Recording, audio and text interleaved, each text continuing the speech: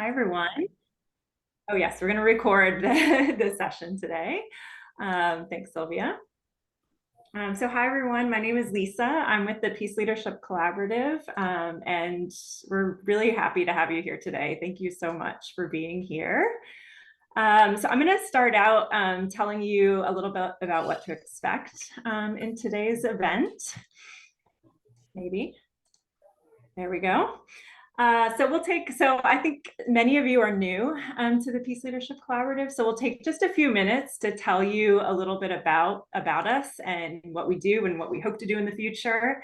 And then we're going to get into the main event. So really focusing in on hearing some stories from peace leaders and also getting a chance to share with one another, get to know each other a little bit in our session today.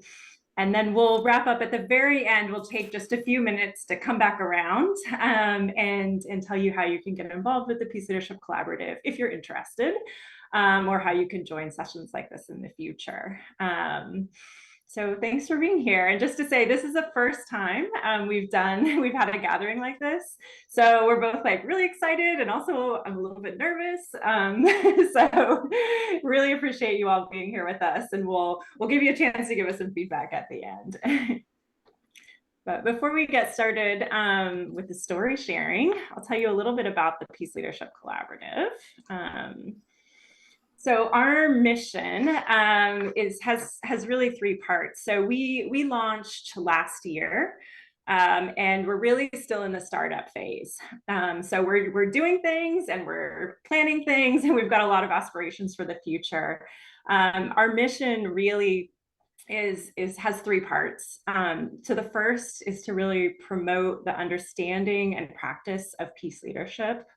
So when we think about peace leadership, we're talking about kind of the really proactive, intentional approach to individual and collective action that challenges violence, and challenges violence to create a peaceful and positive change in the world. My nervousness coming out. And we really want to promote and help people to understand some of the things that we already know about peace leadership and to learn from one another. The second part of our mission is to promote more research and understanding about what it means to practice leadership. And we really focus on bridging this gap between kind of theory and practice.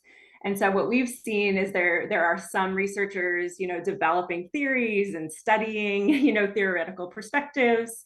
And then there's also a lot of peace leaders around the world who are practicing peace leadership. And so we really want to bring those two practices together and bridge that gap. And then the last part of our mission, which is really interconnected with the last two, is to provide a global hub for the theory, the practice, the collective wisdom of peace leadership. And so we really want to help to create this space where individuals and groups and organizations can come together to learn from one another, to conduct activities, to do research, to share and to learn, all coming together. And we want to really bring together people from different disciplines, different geographies, people working in different sectors, and to create this space where we can all come together. And so that's our mission. I'll tell you a little bit about who we are.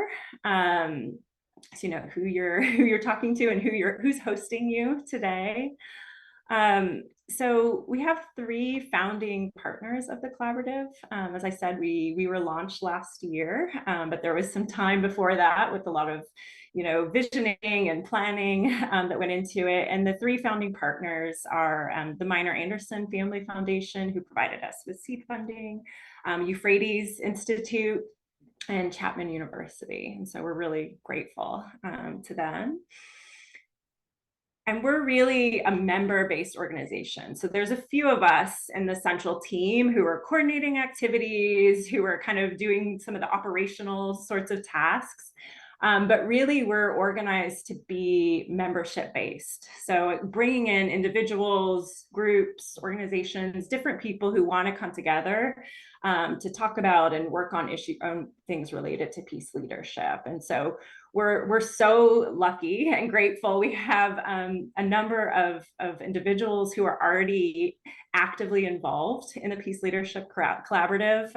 Many of them are here today.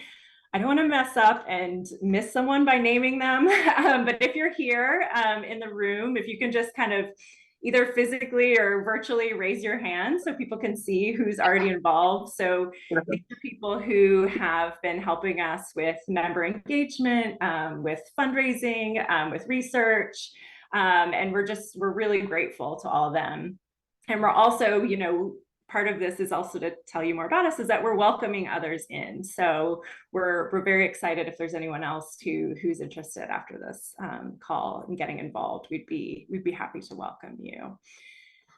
So again, the idea is that we are coming together. So people who are practicing or interested in peace leadership are coming together and shaping the direction of what we do as a collaborative. And then we expect there's some other kind of more, members who are interested in what we put out there, but they may not want to be so actively involved in the process. And then we also have a group of advisors, so mostly coming from our founding partners who have been helping us as we move from a startup to a fully operational organization. So giving us advice, helping us through that process. And then we're hoping in the future that we can partner with other groups and other organizations to host events, to conduct research, to host workshops, whatever that is. We're really wanting to be collaborative and to work with others. So that's really a core part of our. That's why it's part of our name.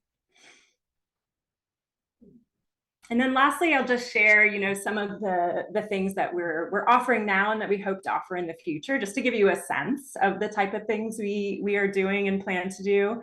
So the first is really around a lot of different activities that are designed to bring different peace leaders together to connect with one another, to learn with one another, to expand, our thinking and our understanding of peace leadership together. And so lots of different things that we're doing. This event is just one example of the type of thing that we'll be organizing and doing in order to create those connections. This gathering, this is the first, as I said at the beginning, but we hope to make this a regular, at least quarterly event so that we're bringing people together. Again, just one way that we're hoping to create those connections. We're also have done some work to share resources related to peace leadership. So people who are new to peace leadership, and even those who are practicing to get access to resources that will help them to understand peace leadership and to help them in their work.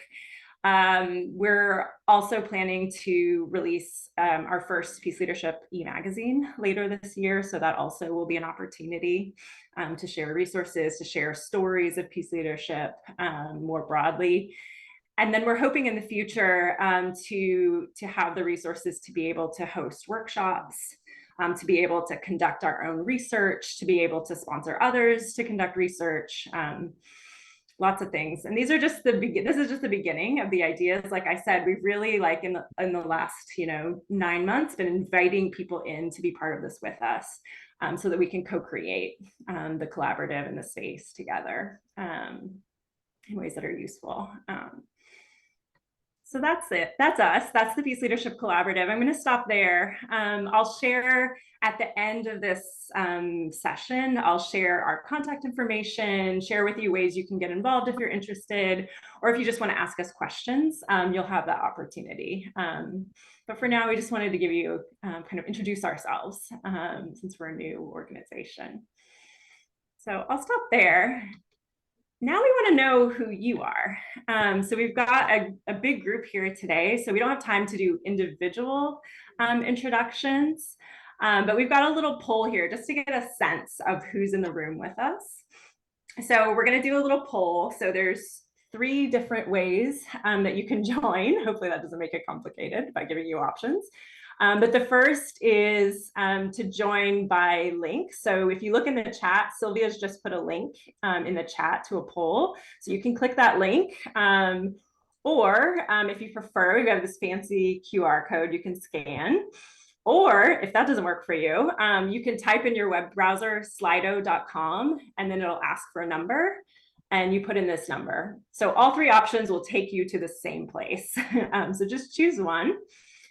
And while you're doing that, the first question it's going to ask you is which country you're joining us from. So if you want to go ahead and answer that question, and I'm going to go to the poll so you can see it. And if anyone's like having trouble joining the poll, that's okay. You can just put your responses in the chat. So I'm just going to open the poll while you're answering that first question.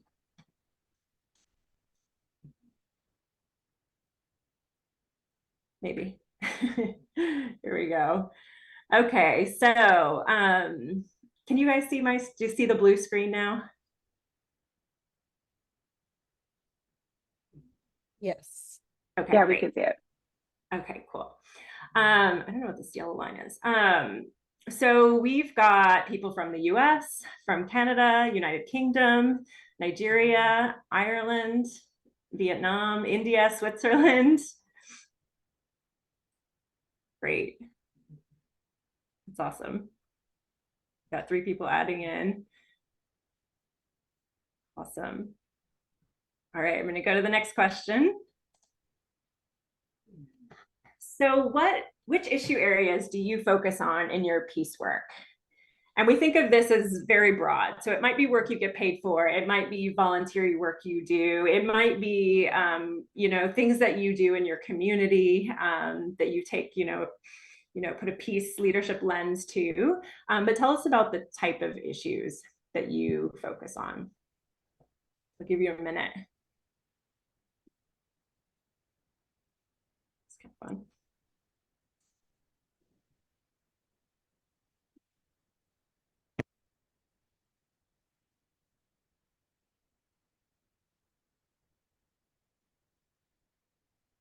Very great.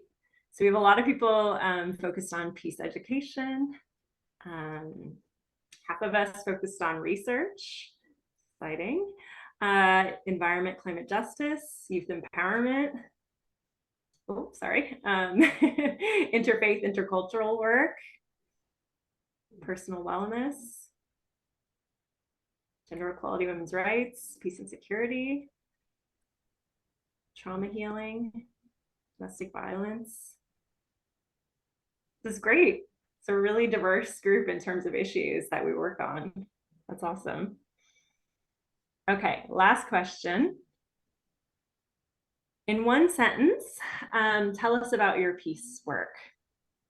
So for example, I'm Lisa. I am an independent research and evaluation consultant focusing on peace and social justice. And you can choose, sorry, that's not doing, whether you want to include your name or not. That's up to you.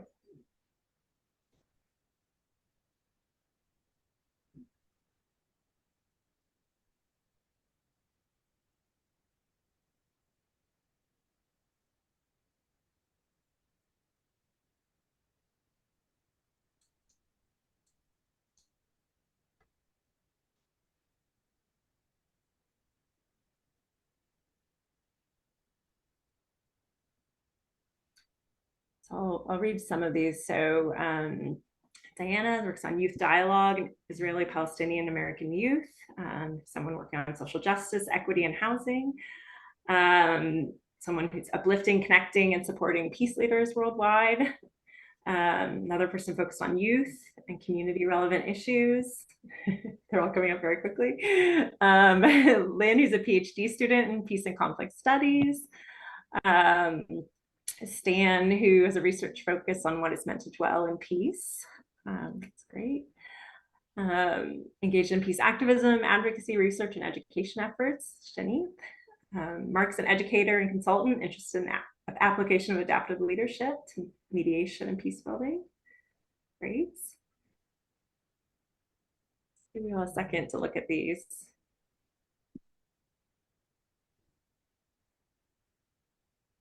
This is great. And feel free, you're going to get a chance a little bit later in the session to meet some of the people who are in this room with us.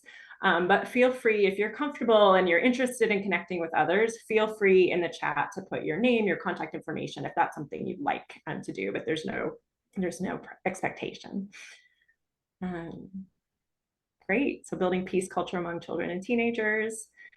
Former educator, now speaker, focusing peace leadership to college students. Great.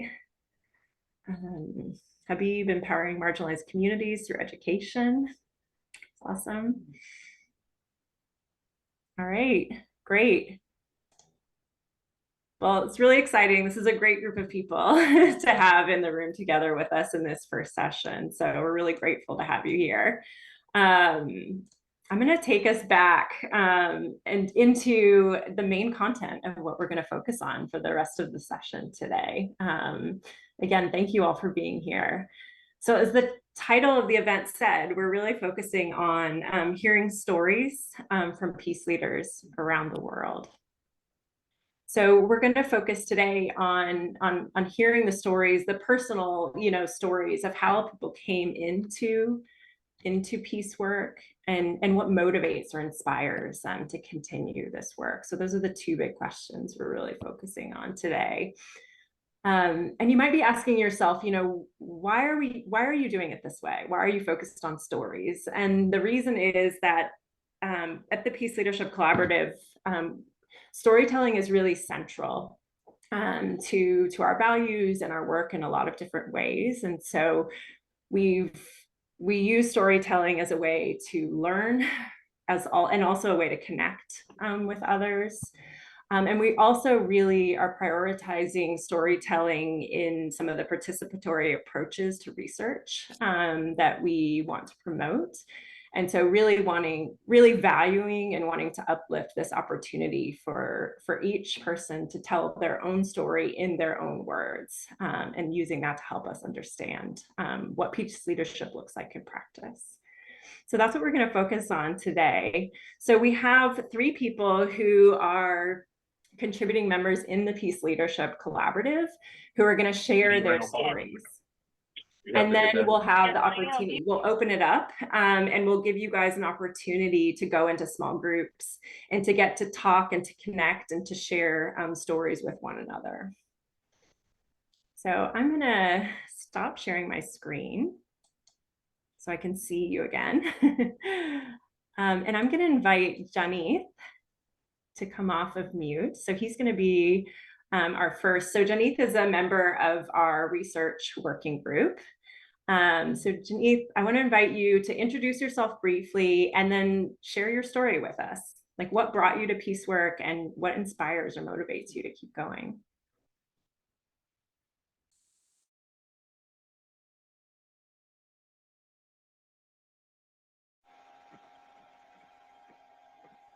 Hi, Lisa. Can you hear me? Yeah, we hear you now. Go ahead. All right. Thank you so much. So I'm excited to be here. My name is Janeeth Pereira, and I'm joining from the United Kingdom. I'm originally from Sri Lanka, and it's a pleasure to be contributing to this initiative. So, in brief, I would like to share my experience and how I came into this field of peace building and taking over certain initiatives and leadership positions in the initiatives. So I'm from Sri Lanka, as I told you, and I remember when I was quite young, I got the opportunity to go and work with some refugees in Negombo in Sri Lanka. These were not people from Sri Lanka. These were people from different countries, neighboring countries of Sri Lanka, Pakistan, Afghanistan, and several other countries. And I got the opportunity to provide psychosocial support, to be with them, to hear their stories, and to support them reintegrate into the society, to get support from other experienced social workers, and to volunteer for that cause. So at that point, I was really wondering how we can support these individuals who have come from far away, who have actually left their properties behind, left their families behind, and they are going to rekindle their life with new settings, new uh, friends, and new cultures. So when they were in Sri Lanka, they were actually in the middle of their journey towards the United States and Canada, because most of them were applying for refugee status in the United States and also in Canada. And Sri Lanka was a temporary location, and we were given the task of actually providing psychosocial support as well as helping them with some skills so that they can go there and build a new life in their new territories. So we were supporting these young individuals, and there were children, there were young individuals as well as mature individuals, and we were supporting them to become better, in the situation, to make sure that their psychosocial well-being is upheld, and also to support them develop different skills. So at that point, I was able to support them and guide them, to explain to them how they can teach different concepts, how they can share their experiences, become better communicators, build better teamwork, actually forgetting temporarily the past behind. And something very much remarkable is that after few days of training, I realized that they became closer to me. They were more closer to me. They were sharing their experiences with me. And for some moments, I temporarily felt that this gave them a lot of support. I also received a lot of satisfaction supporting them. And this I realized is a better way to support individuals who are coming from post-conflict and conflict-ridden societies, to help them in the process of healing.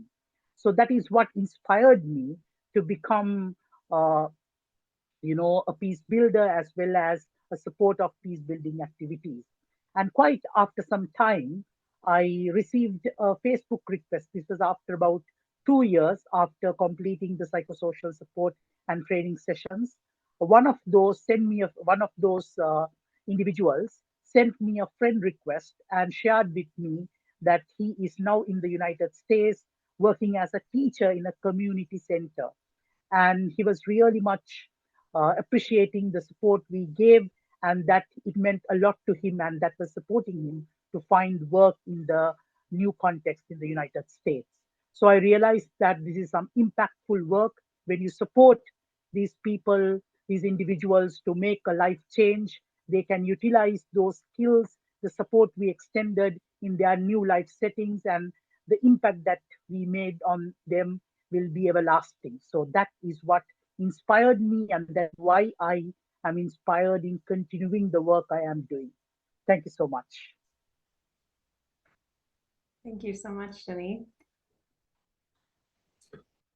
Whitney, I'd like to invite you. Whitney is the second person. She's been part of the Peace Leadership Collaborative since the beginning. But Whitney, I'll let you introduce yourself and tell us your story.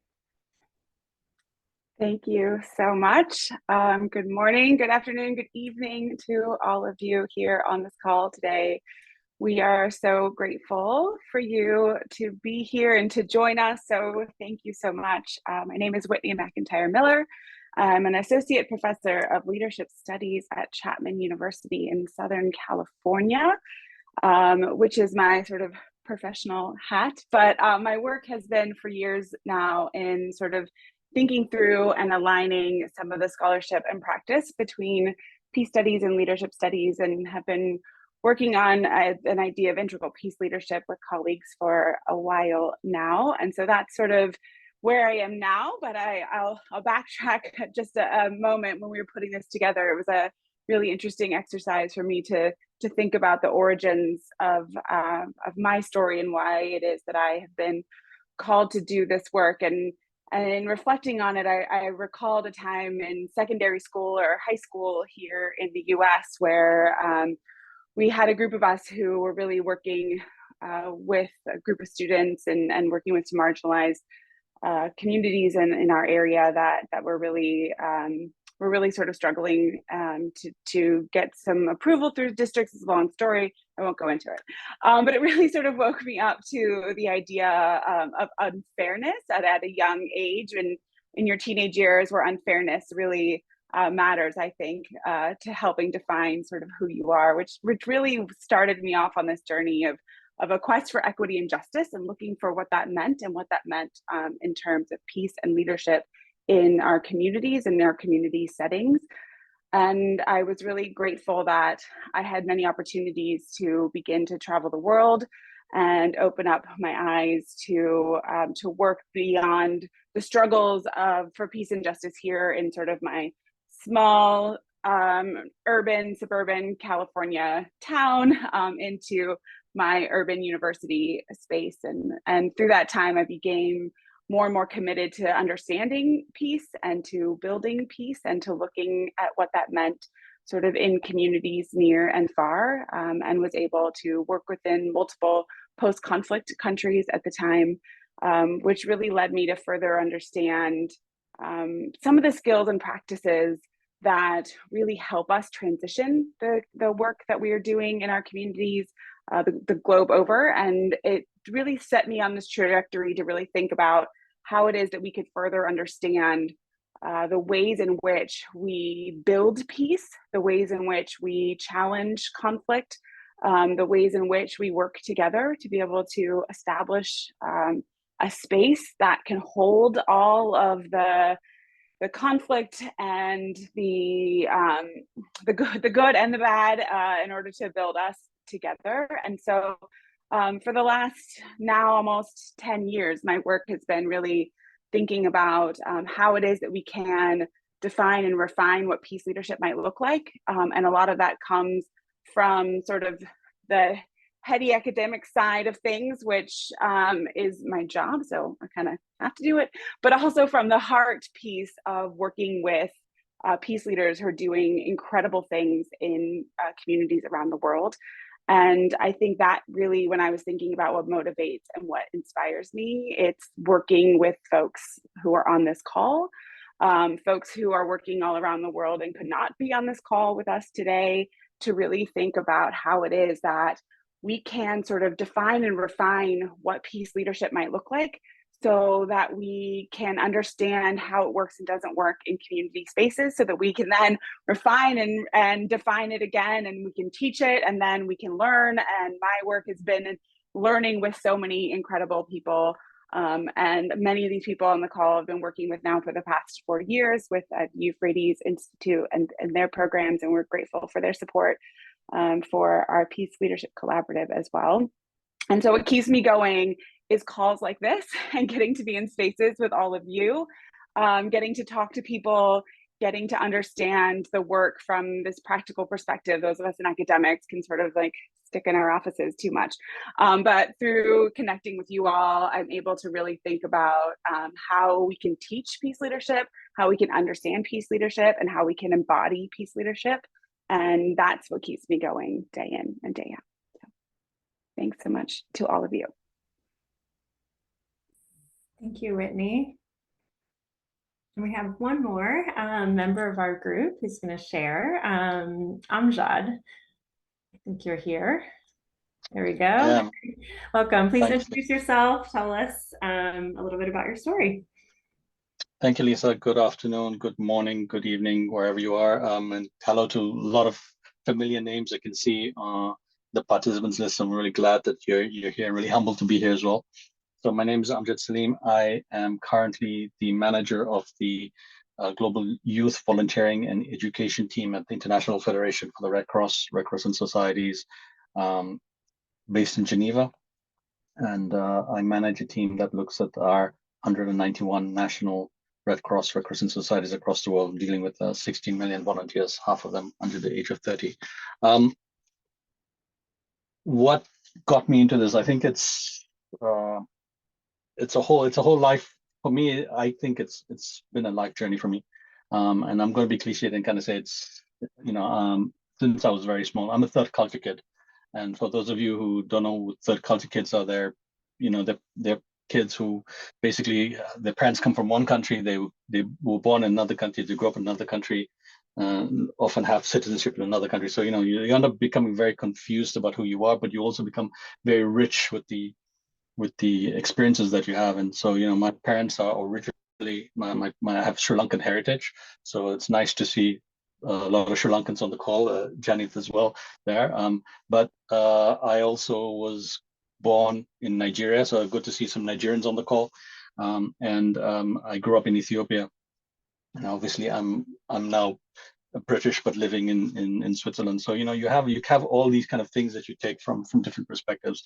And so growing up, particularly in Nigeria, that time there was this very early on, there was the start of what was the Muslim-Christian tensions in the mid 80s in Nigeria, in places like Kaduna, and then I grew up in Ethiopia where there was the civil war, and there was a famine. So you end up recognizing a sense of privilege that you have, recognizing that sense of privilege and that sense of duty and responsibility that you have to recognize the privilege and to do something about that, right? So I think that was so since that perspective, since that time, I've been really conscious and aware of a sense of privilege that I have and a sense of duty that I have and responsibility that I have to do something, to advocate, to make a change, to be part of that change, to not take it lightly that I am where I am, and I have to ensure that I bring people with me. And that was always my father's kind of advice to me, was that he would always sort of say, you are where you are, that's a privilege, but ensure that you don't forget that, and you also ensure that you don't lose sight of that, and you ensure that you can bring people with you, and highlight highlight that. So I think that was for me the start of it. I think the second sort of momentum, and I call these critical junctures in life. I think the second part where I really started to think about peace, and particularly who I was as a person, was after 9/11. And suddenly I was being asked to defend myself because of my faith and because of my color, because of my name, for something that I had no part in, right? I mean, I was suddenly asked to take on a responsibility that I had no part in, but I was also quite horrified in, right? That somehow that people had perpetrated such an act of terror, and that I was being accused of something, and so you take on another level of, okay, how do we build peace, particularly on faith? Because for me, faith is very, very strong, and faith is part of that perspective, and suddenly you have to defend that, or you have to you take on that identity. So I think I started to think about the role of faith in peace building. That faith has to be a perspective of building peace and addressing these things, and it can't be something that excludes you. And so I think that was the second component of my journey, was really sort of trying to understand that my faith made me strong in building peace, and I wanted that to really have that conversation with people, and to feel like we were not being limited, and to have that space for conversations, particularly because I also felt that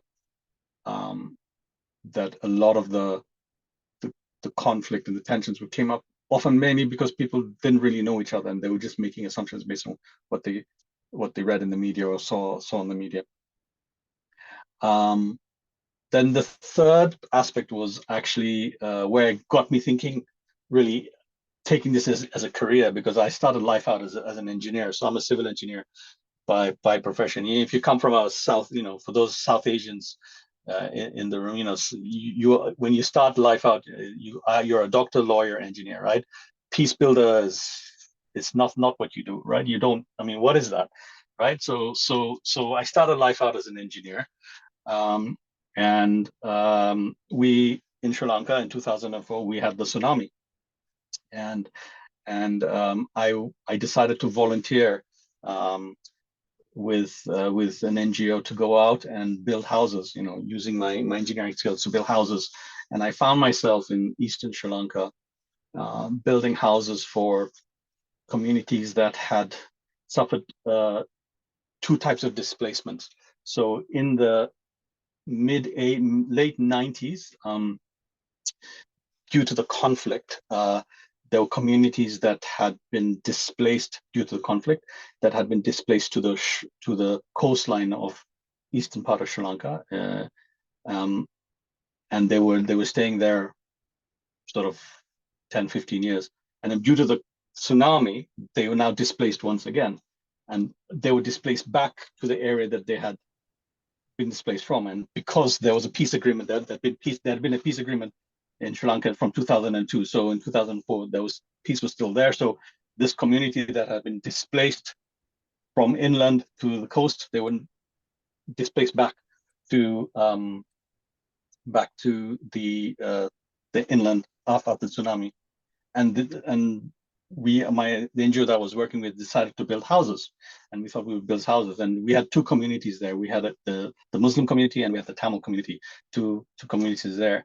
And in the midst of all of this, our NGO decided we're going to build 100 houses or 120 houses that will sort of be a symbolic peace village. It will bring the Muslims and Tamils together, and we'll be working on this.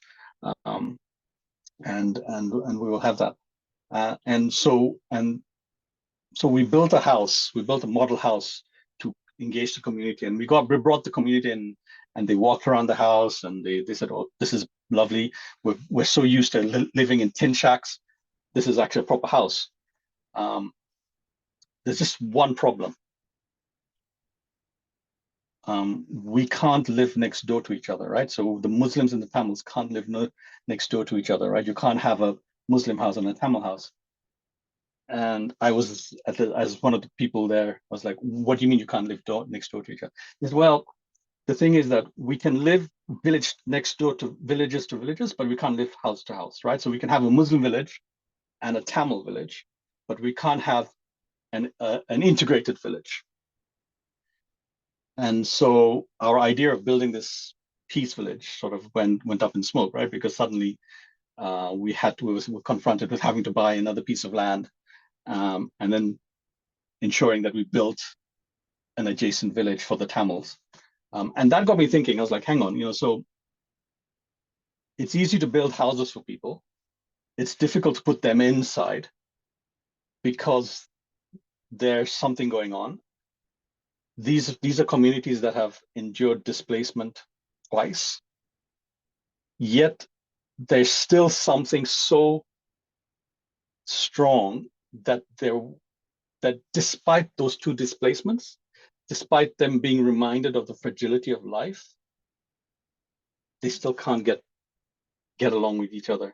And that got me thinking about, how do we build trust? How do we build relationships with communities? How do we engage local communities? And how do you start to have a conversation with that? And how do you bring faith into that conversation? Because a lot of this was also faith driven, and you suddenly realize that you had to engage the religious leaders when you were designing these houses and everything else. So that's been my third kind of critical juncture that has really kind of propelled me and got me into this field. And I guess unfortunately for my parents, meds that I left engineering and joined the dreaded NGO and became a peace builder and joined the Red Cross. But I think that's part of the conversation. So what keeps me going is when you have those light bulb moments where you kind of can connect with someone and help them to understand that there's something bigger.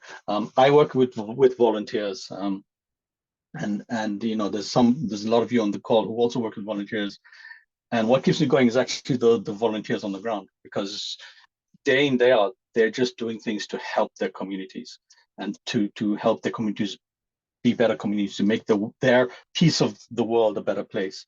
And they just seeing them, in the spite of all the challenges, sometimes these are volunteers who themselves have come from affected communities. Some of them have suffered war, some of them are refugees, some of them themselves have suffered damage, and yet they can pick themselves up and go off and help someone else.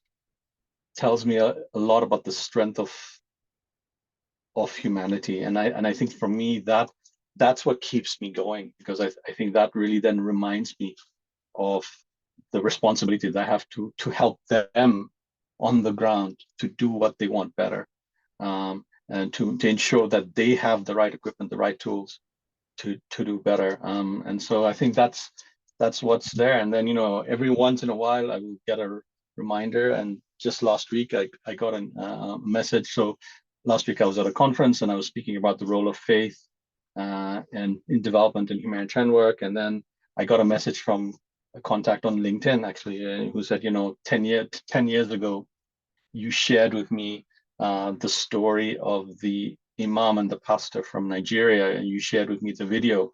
And I remember watching that, and just to let you know that that inspired me to go and do my master's in religion and conflict. And and I think it's those kind of stories that then help you kind of recognize that perhaps you have a little bit of contribution that you can make just to help people be better versions of themselves. Sorry, I'm going to stop there. I may have rambled on a little bit more longer than Lisa, but thank you, Lisa, for allowing me to share some words. Thank you so much, Amjad, and to Whitney and Denise. It's so inspiring to hear all the different pathways that just you three have taken to come to Peacework, and the things that inspire you and the different types of work you're doing. So I really appreciate you sharing with us. And also modeling what we're going to do next. So we're going to give you a chance to get to meet one another, and to also share your story. So in just a couple of minutes, I'm going to break us into groups of 4 or 5. And you're going to have the opportunity to share your story and to hear others' story. And so we're going to use the same questions that we've used with the speakers. And so, introduce yourself briefly, talk about what brought you to Peacework, and what motivates you to continue. And just know, when we say Peacework, we mean it very broadly. It can be what you're paid for, what you volunteer to do. It can be the approach you bring to the work you do, or the approach you bring to different aspects of your life and the things you do in your community. Whatever it means to you is great. So just a few, I don't think we need to say this to this group, but let's just be on the safe side. A few kind of house rules for us here. Obviously, respecting and being kind to one another. I've got my listen deeply to one another. So we're going to give each of you 5 minutes to share your story. If you don't need the whole 5 minutes, that's okay, but you have a max of 5 minutes each to share your story. And so really listen deeply while others are sharing without interruption. Third, just share what you're comfortable with. We want everyone to be comfortable in this space. So if there's something deeply personal that actually brought you to Peacework, but you don't want to share that exactly, that's okay. Just share what you feel comfortable with sharing. And if you don't feel comfortable sharing at all, that's also okay. And then the last point is just to share the space with others. So some of us have a lot to say, some of us may not have as much to say, but let's share the space and make sure that everybody in your group gets a chance to speak. So we've strategically placed members of the Peace Leadership Collaborative in each group. So they're going to be there to help kind of facilitate and keep time for you, so you don't have to worry about that so much. But just to say, just to be thoughtful. Thank you, Sylvia. All right. Thanks, everyone. So just take a second and in the chat, put a word or a phrase, just telling us how are you feeling? What are you thinking about after coming out of that conversation? What's coming up for you? Just put it in the chat.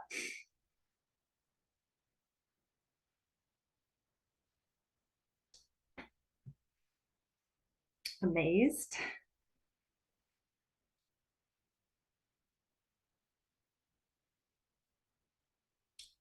Energized and hopeful. Awesome. Encouraging to listen to people's stories. Oh, I can't keep up. Wonderful thinkers and doers. Inspired. Eager for more. Enjoyed sharing. full, inspiring. Need for greater collaboration among peace builders, incredible people, insightful. Thank you, feeling encouraged, hopeful, energized and inspired. Gladdening to hear the good work being done around the world, inspired. Great to hear the work. Awesome. I felt a little sad in the room alone, so I'm really glad to hear things are going well with you all. The power of language, awesome. Glad to see like-hearted people in the room. Oh, perfect.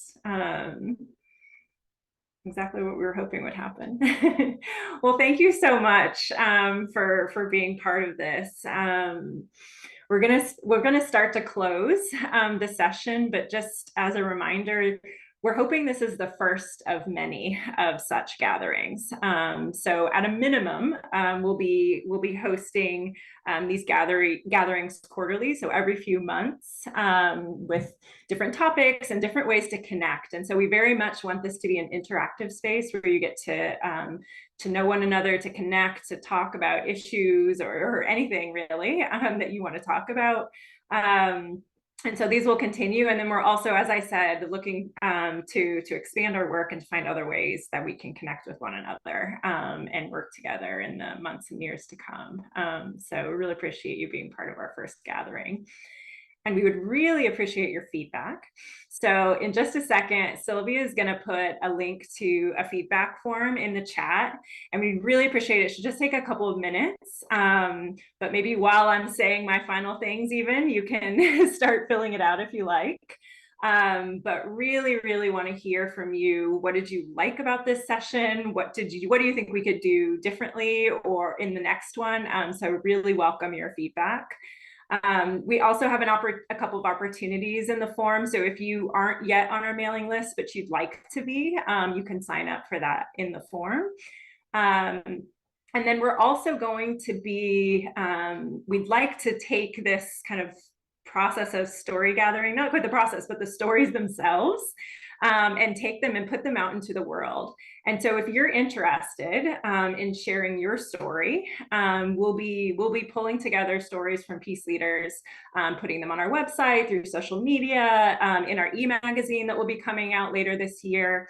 And we're also going to be conducting some participatory research that will be story-based later this year. So we welcome you to be part of any or all of that as you like. And so there's also an opportunity, if you're interested in the possibility of sharing your story in one or more of those spaces, you can let us know in the feedback form and we'll get back to you with the details on how to do that.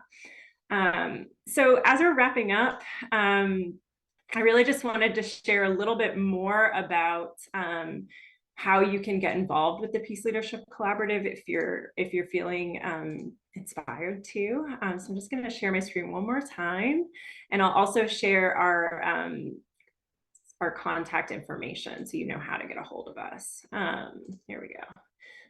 So many things popping up in Zoom, I couldn't show you the slideshow. So ways to get involved. So as I mentioned, we have a mailing list. We send out messages about once a month about events, different things that are happening. We share different peace leadership resources, just different things to let you know what's going on with the collaborative, but also out in the world in relation to peace leadership. You can also share your experience, I mentioned the stories with us, like we'd love that. You can also share resources that you have, or maybe events that your organization or group are hosting. We'd love to be able to help you to spread the word about different things that you're doing in relationship to peace leadership. So that's another way that you can get involved. You can also become a contributing member, so you can be one of the people who's involved in helping us to shape the collaborative. Our members help to organize this event, for example. We've been talking about research. We're talking about how to engage new members. We're doing all sorts of things. And so there's lots of ways you can get involved, or, you know, if you're really good at social media and you're like, I wanted to help in that way, I would love that. So there's just lots of different ways that if you're interested in getting involved, we'd love to have you. Partnering with us. So if you're part of a group or an organization and you want to talk about opportunities, or you have an idea of how we could partner together on some sort of activity or event or research, we'd love to hear from you. And then we are in the startup phase. And so if you have the means and the inclination to donate, we would welcome that as well. So these are just some of the ways. I'm going to put on the screen how to contact us. So if you want to learn more, you can look on our website.